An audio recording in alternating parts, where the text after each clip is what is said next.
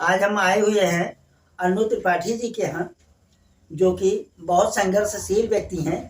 इनके संघर्षशील व्यक्तित्व का जानकारी लेने के लिए इन्हीं के जुबान से ही लखनऊ मंच चैनल को हमारी तरफ से धन्यवाद, और जितने भी लोग इस चैनल पर देख रहे हैं उनको भी हम तहे दिल से प्रणाम नमस्कार करते हैं।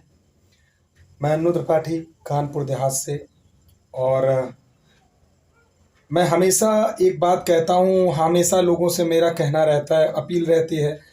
जब मैं कई बार देखता हूँ कि लोग संघर्ष तो करते हैं पर कहीं ना कहीं बहुत सारी कमियां करते हैं, जिन कमियों की वजह वो सफल नहीं हो पाते और किसी भी काम में वो आगे नहीं बढ़ पाते हैं। तो कुछ इसी तरह हमारे साथ भी हर किसी के साथ, देखिए, लोग कहते हैं कि एक सफल व्यक्ति के साथ जीवन में उतार चढ़ाव होना तय है, लेकिन जो व्यक्ति हार मान जाता है उस व्यक्ति को हारना पड़ता है। लेकिन जिसने सोच ठान लिया है कि मुझे हारना नहीं है, मुझे जीतना है, मतलब एक गोल था, एक टारगेट था कि मुझे कुछ करना है। अब देखिए, जैसा कि मैं आपको बता दूं कि सरकार की कुछ ऐसी रणनीति जो बनाई जाती हैं जिस वजह से हम जैसे लोग को बहुत जल्दी नौकरियां तो सरकारी मिलने वाली नहीं है।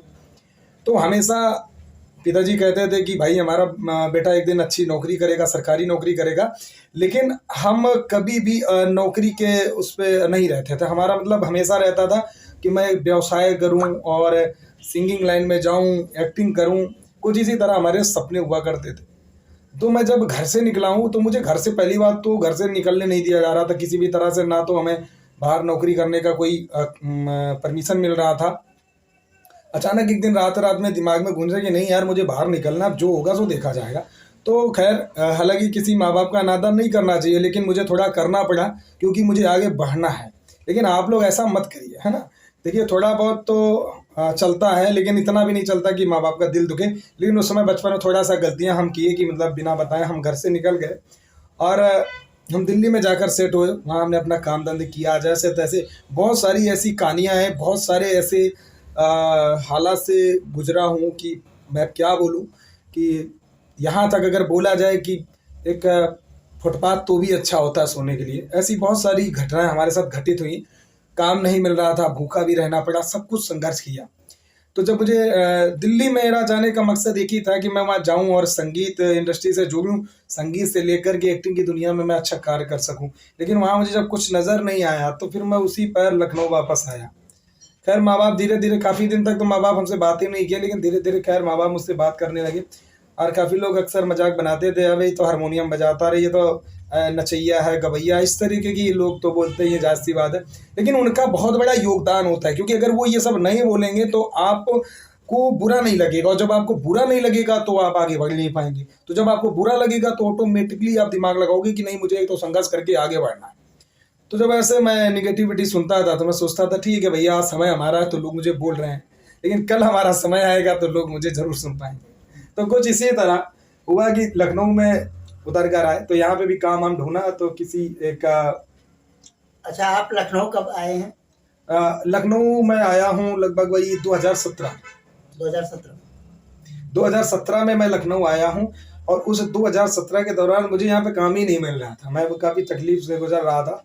लेकिन जैसे तैसे एक मेडिकल स्टोर में काम मिला, करने लगे, क्योंकि एक संगीत का नशा था कि मुझे संगीत लाइन में कुछ करना है। तो संगीत लाइन में तो खैर मैंने जैसे तैसे थोड़ा बहुत सीखा और अपना रियाज रिहर्सल करते करते गाने, अपने एल्बम्स वगैरह खूब बनाए। और भगवान की इतनी कृपा है कि आज गिनती ही नहीं है कि मैंने कितने गाने गाए और कितने गाने बनाए, तो हम गिनती तो नहीं कर सकते, लेकिन बहुत सारे गाने चैनल पे हमेशा मिल जाते हैं। लेकिन फिर उसके बाद हुआ कि एक मकरा सवार हुआ कि यार मैं भी एक पत्रकार बनना चाहता हूँ। तो मैं ऐसे छोटे छोटे चैनल थे, उनसे बोला कि भाई मेरे को पत्रकार बनना है। तो उन्होंने बोला ठीक है भाई, आप अपना आईडी ले, वो रजिस्ट्रेशन फीस दे दीजिए, ये वो करके मैंने पत्रकारिता ज्वाइन की। तो उस समय भी ढंग से कुछ कर नहीं पाता था, तो लोग मजाक बनाते थे। कई बार चैनल वाले तो कह देते थे कि भाई तेरे बस का कुछ है नहीं, निकल यहाँ से। मैंने सोचा कि अगर मुझे लोग इस तरीके से बोल रहे हैं, आखिर क्यों? मैं अपनी गलतियों को पहचानूं और उस गलतियों पर काम करूंगा तो एक ना एक दिन हम जरूर उस मुकाम पर पहुंचेंगे। तो आज देखिए, ईश्वर की इतनी कृपा है कि उन तमाम लोगों का आशीर्वाद है कि आज खुद एक चैनल का संपादक होकर के एक चैनल चलाता हूं, और कहीं ना कहीं ऊपर वाले की दुआओं कृपा से, आप लोगों की कृपा से चैनल पर हम अच्छा काम भी कर पा रहे हैं। और इसके अलावा भी हमेशा समाज सेवा हम इसलिए करते हैं क्योंकि जैसे बहुत सारे लोग हम देखते हैं कि हम उस हालात से गुजरे हैं। हमारे यहाँ अगर कोई एक स्टाफ भी रहता तो उसे भी हम एक नौकर नहीं समझते, हम उसे एक अपनी तरह ही समझते हैं कि जैसे मैंने संघर्ष किया उसी तरह हमारा स्टाफ भी संघर्ष कर रहा है। लेकिन हमेशा मैं लोगों से एक चीज़ कहता हूँ कि देखिए, मैं यहाँ खाली आया तो अपने हाथों से, आज माता की कृपा से, आप जैसे लोगों की दुआओं से हमारे पास अपनी खुद की गाड़ी है, खुद यही कार की बात कर रहा हूँ, खुद की कार है, खुद का अपना मकान है यहाँ लखनऊ के अंदर। यहाँ तो लोग एक छोटी सी बाइक खरीदने के लिए भी सोचना पड़ता है। लेकिन कैसे क्या हुआ, और सच में कभी ईमानदारी से पीछे नहीं हटा, ईमानदारी से ही कमा कर लिया जो कुछ लिया हमने। हमारी जो स्टोरी है ईमानदारी की, हमने संघर्ष करते हुए अपना ये सब कुछ बनाया, चैनल बनाया, चैनल पर आज हम काम भी कर रहे हैं। और आप जैसे लखनऊ मंच जो न्यूज़ चैनल है, काफ़ी हमारा सहयोग करते हैं काफ़ी ज़्यादा, और हम भी उसी तरह इनके साथ सहयोग करने में हमेशा लगे रहते हैं। तो हम यही चाहते हैं कि जो लखनऊ मंच चैनल है, अगर ये हमारी चीज़ों को आप तक पहुंचा रहा, दर्शा रहा, तो कहीं ना कहीं ये चीज़ें आपके भविष्य के लिए बहुत कार्यरत, मतलब बहुत ज़्यादा काम आ सकती हैं आपके भविष्य के लिए। तो श्रीवास्तव जी से मैं यही कहूँगा कि देखिए, आपके चैनल पे मैं लोगों को हमेशा 2 चीज़ें कहूँगा कि जीवन में अगर कुछ कर ठानने की अगर ठानी है कि मुझे कुछ करना है, तो 2 चीज़ें हमेशा ध्यान रखिए कि मेहनत से पीछे नहीं हटना है। दूसरी चीज़, जो अपना आत्मविश्वास है, कॉन्फिडेंस है कि मुझे ये काम करना है, मतलब जो आपने ठाना है उस काम पे फोकस करना है, चाहे वो रात हो चाहे दिन हो। आप गिर रहे हैं, गिर जाइए, आपको लोग गाली दे रहे हैं, सुन लीजिए, सब कुछ कर लीजिए, हार मत मानिए। अगर हार मानेंगे तो आप असफल हो जाएंगे। लेकिन आप दुर्भाग्य इस बात का है कि कुछ ऐसे नौजवान हैं, जब हमारे यहाँ इंटरव्यू देने आते हैं नौकरी के लिए, तो जब मैं उनसे कहता हूँ कि भाई हमारे पास में हाउसकीपर की जगह है, तो कहता है अरे भैया मैं तो पढ़ा लिखा हूँ यार, बीएससी की, मैं सफाई कहाँ कर पाऊंगा। मैं हमेशा एक चीज़ कहता हूँ कि काम कभी बुरा नहीं होता और काम कभी छोटा बड़ा नहीं होता। आपकी मानसिकता दर्शाती है कि आप काम के प्रति कितना ज़्यादा, मतलब अपना विश्वास अंदर रखते हैं कि मैं क्या काम कर सकता हूँ। देखिए, अगर आपकी किस्मत में पोछा मारना लिखा है तो आपको मारना पड़ेगा, इसको कोई मेट नहीं सकता है। आज मैं अगर आपको बोल रहा हूँ ना, तो आज आप मना कर रहे हैं मुझे, लेकिन कल ऐसा वक्त जरूर आ जाएगा कि आपको मारना ही पड़ेगा। तो इसलिए काम को कभी छोटा बड़ा मत समझिए।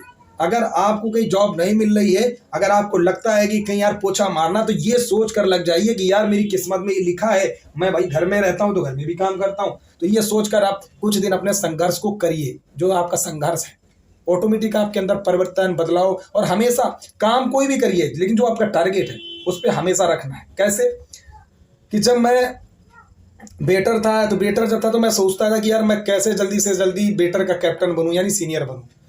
भगवान ने क्या किया, मैं काम सीखता गया, मैं कैप्टन बना। अब जैसे ही कैप्टन बना, क्योंकि मेरा टारगेट था मुझे एक बड़ा बिजनेसमैन बनना था, तो मेरा सपना है कि यार मुझे अब बनना है मैनेजर। मैनेजर बना, मैनेजर के बाद में फिर एकदम टारगेट आया कि अब मुझे जनरल मैनेजर यानी जीएम बनना है। जीएम बना, टारगेट लेता रहा, मतलब कभी हार नहीं मानी, कभी नीचे नहीं सोचा। उसके बाद सोचा कि नहीं, अब मुझे अपना खुद का होटल चलाना है, खुद का मालिक बनना है। आज ईश्वर की कृपा, आप सब जैसे लोगों की दुआएं हैं कि आज खुद का मालिक हूँ, खुद का कार मालिक हूँ, खुद का चैनल मालिक हूँ, खुद का घर मालिक हूँ। ये बहुत बड़ा परिवर्तन है कि जो व्यक्ति 1 रुपये घर से ना लेकर आया हो, और अब 1 रुपये ना लेकर, घर से कभी मदद ना लेकर अपने दम पे अगर इतना किया है, तो अगर हम कर सकते हैं तो आप क्यों नहीं कर सकते। जरा सोचिए, अगर ऐसी समस्याएं हैं, तो कभी भी कोई ऐसी दिक्कतें हैं, तो ज़रूर संपर्क में रहिएगा श्रीवास्तव जी से, या हम आपको ज़रूर हमारे पास लेकर आएंगे, मुलाकात कराएंगे, तो हम ज़रूर आपको गाइड करेंगे। अगर आपकी कोई भी प्रॉब्लम है, समस्या है, उसका समाधान करने का प्रयास करेंगे। आपका जो गोल है, टारगेट है, हम उसे ज़रूर बताएंगे कि किस तरह आप पा सकते हैं, किस तरह आगे बढ़ सकते हैं। तो आज के लिए मैं श्रीवास्तव जी इतना ही कहना चाहूँगा। बाकी आपके लोगों से यही कहूँगा कि वीडियो शेयर करके लोगों तक पहुँचाएँ, उन तक ये जानकारी दें, ताकि एक जो दुनिया का अनोखा सच है वो लोगों को पता चल सके। नमस्कार। बहुत बहुत धन्यवाद त्रिपाठी जी आपको।